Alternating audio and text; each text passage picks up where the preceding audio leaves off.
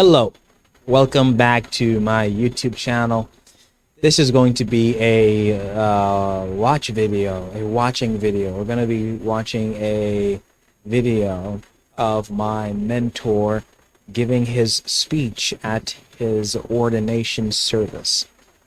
I was there, so I was able to see everything in real time, but this man is such a great speaker that I just have to post his speech. And maybe one day when I become an ordained minister, if I am allowed to give the speech, I hope that I will do even half as well as he did. This is an amazing orator. His name is Else Jr. Lauriston. He's my mentor, he's my good friend, he's my brother in Christ, big brother in Christ, and I congratulate him on becoming a reverend officially.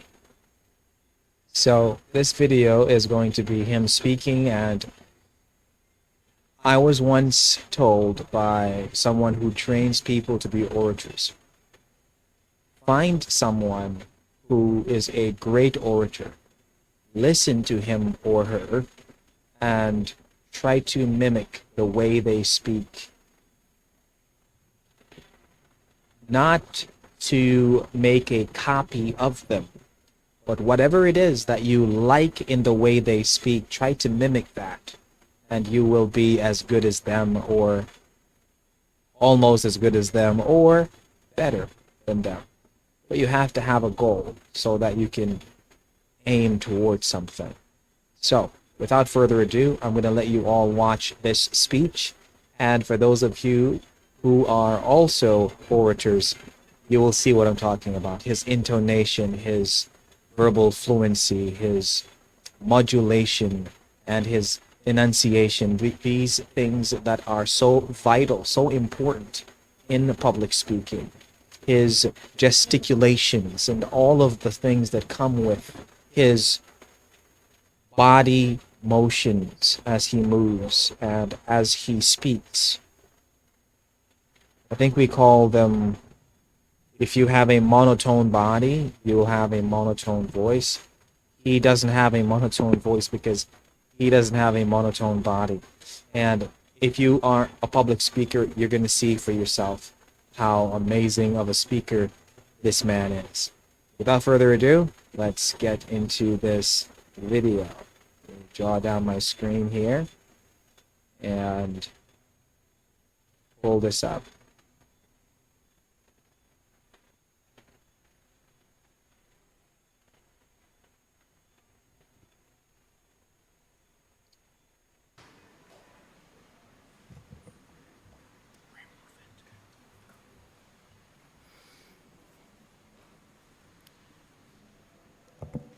Moderator, the Right Reverend Gary Harriet, General Secretary, the Reverend Norbert Stevens, the Chair of the Church and Ministry Committee, the Reverend Youthman Ray, other representatives of the Synod administration, preacher, the Reverend Anthony Chung, liturgists, Pastor Merton Jones and Mrs. Marlene Henry, the Reverend Nicola Barrett Glasgow, Vice President of the Jamaica Council of Churches, Surrey Region, the Reverend Dr. Roderick Hewitt, President of the International University of the Caribbean,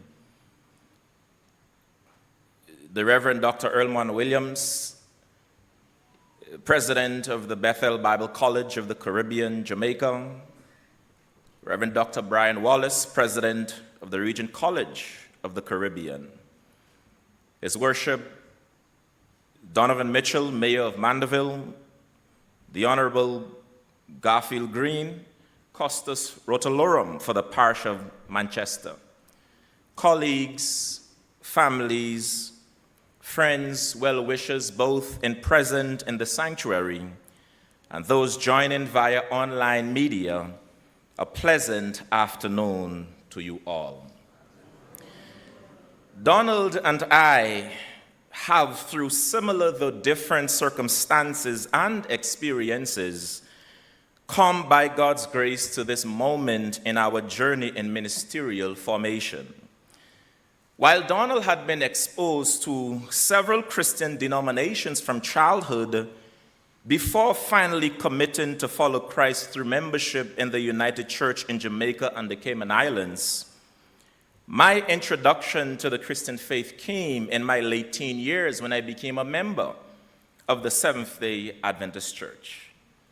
Having come to faith, each of us became enthusiastically and intensely engaged in ministry and mission activities within and beyond our respective local congregations. It was a period of personal affirmation and spiritual growth. Increasingly, each of us developed strong convictions about being called to pastoral ministry and was eventually approved by the appropriate bodies of the United Church to pursue our calling within the United Church. Immediately following our July 2022 acceptance into the internship phase of the ministerial formation program, Donald had worked on contract with the Statistical Institute of Jamaica and served as a lay pastor in the Northeastern Regional Mission Council. I was a work-from-home father, a freelance evangelist, and a lay preacher. I also led an online ministry called Oasis. The journey towards ordination offered many experiences that shaped our faith and readiness for this day.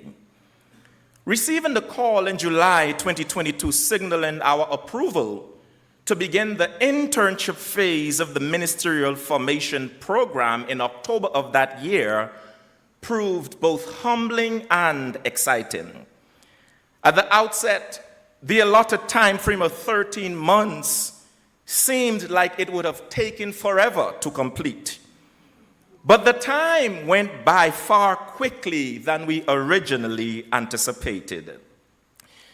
The required attendance of 2 seminars per month, one in Kingston at Synod office in person, and the other online, tested our sense of call, tenacity, consistency, discipline, and capacity to grow. Guided by Reverend Henley Bernard and Mrs. Janet McConnell, we had some rigorous but very rewarding sessions that explored a variety of topics and disciplines presented by very competent persons. These reflections were designed to sensitize us to expectations, desired characteristics, and competences of the UCJCI pastor, and included topics such as the profile of a UCJCI pastor, conducting board and congregational meetings, change management, financial management, casting a vision, context reading, leadership styles, etc. One session that greatly assisted in improving our pastoral practice focused on the sacraments and their administration.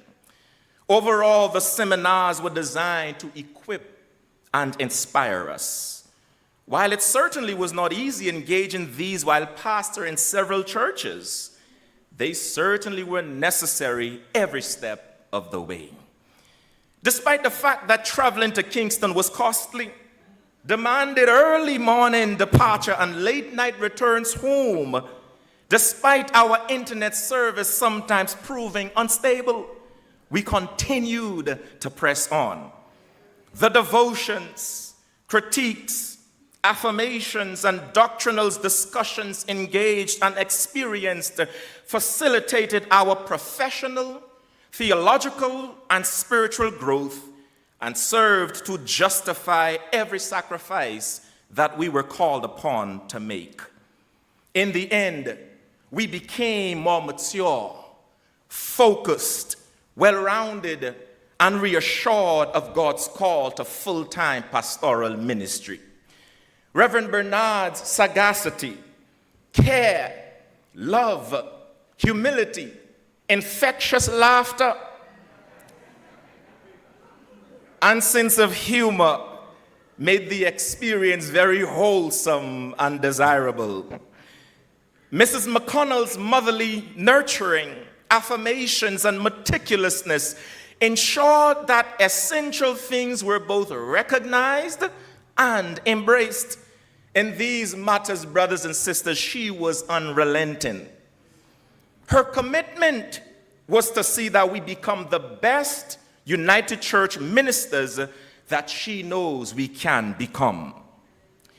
Many of the staff at the Synod office ensured that we were comfortable and well fed by the delicious breakfasts and the sumptuous lunches received each seminar day. After every seminar, despite the focus and outcome, we left convinced of the team's love and desire to see us become faithful servants of God and the church. One of the pivotal dates of the program came on June 9, 2023.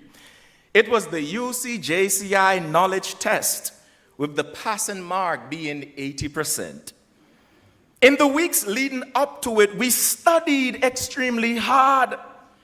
We held several sessions in which we drilled each other for hours with information and potential questions. On the day of the exam, we felt super prepared and very confident. We aced it. We aced it. So we thought.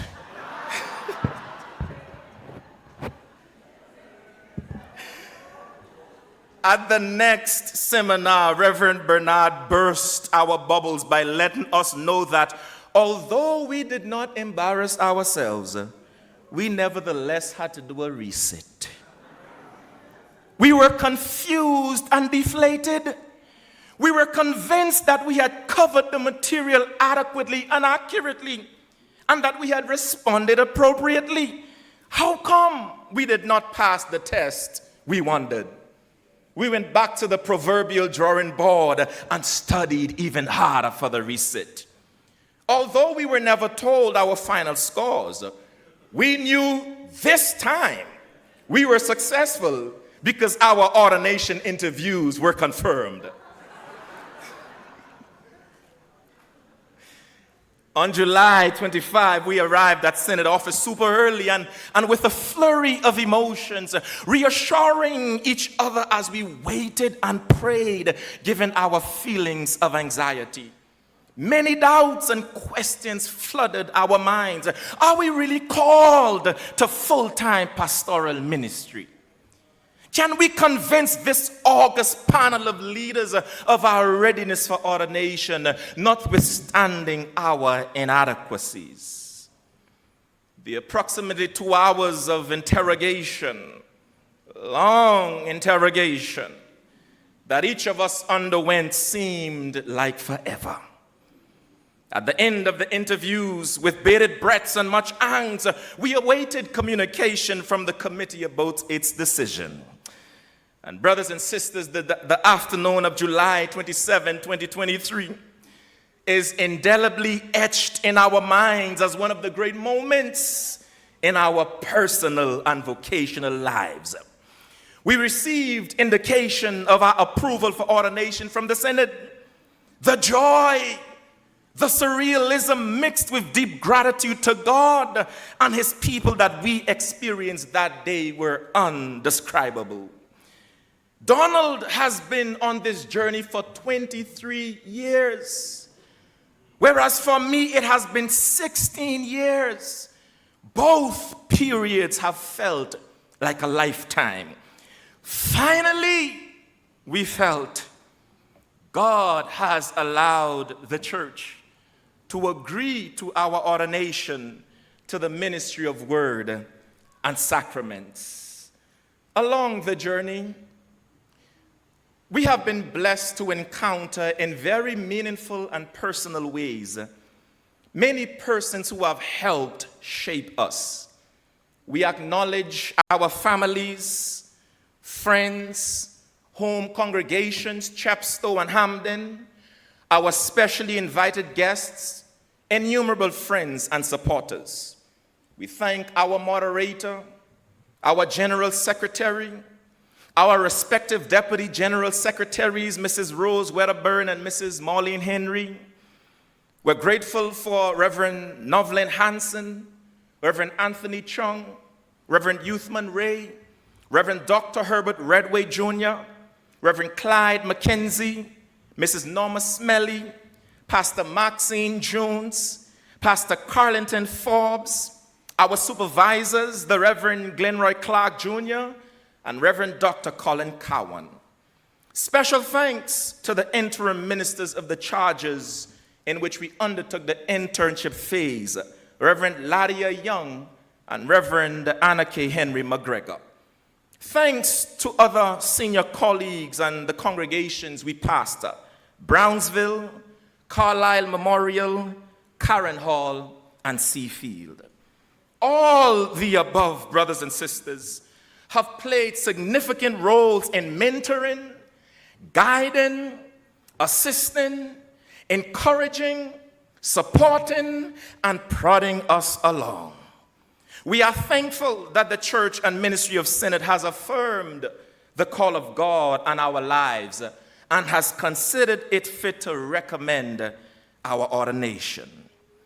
Finally, we express profound gratitude to God who has called, equipped, and has prepared and continues to prepare us for ministry. Before God and this great company, all of you, with God's help, we pledge to be always available to be used by Him in proclaiming the gospel of Jesus Christ by our lips and our lives. We pledge to be faithful shepherds of the flock entrusted to our care. We pledge to be examples and influences for good in the local and wider communities as God helps and enables us. We commit to execute our duties as ordained ministers in the United Church faithfully. We commit to uphold and abide by the doctrines, the Constitution and bylaws, and the polity of the United Church. We pledge to be faithful partners in our respective regional mission councils and commit to support, implement, and work with initiatives of both Regional Mission Council and Synod as together we seek to touch lives, nurture disciples, and seek transformation through Christ. We shall endeavor to conduct ourselves in accordance with biblical standards of pastoral leadership and to maintain a high level of integrity and probity in our interactions and relationships with the immediate and wider communities in which we minister. May God help us to this end. Moderator, sisters and brothers, thank you.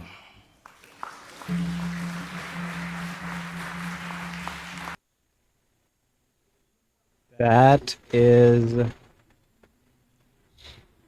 Reverend Else Jr. Larston.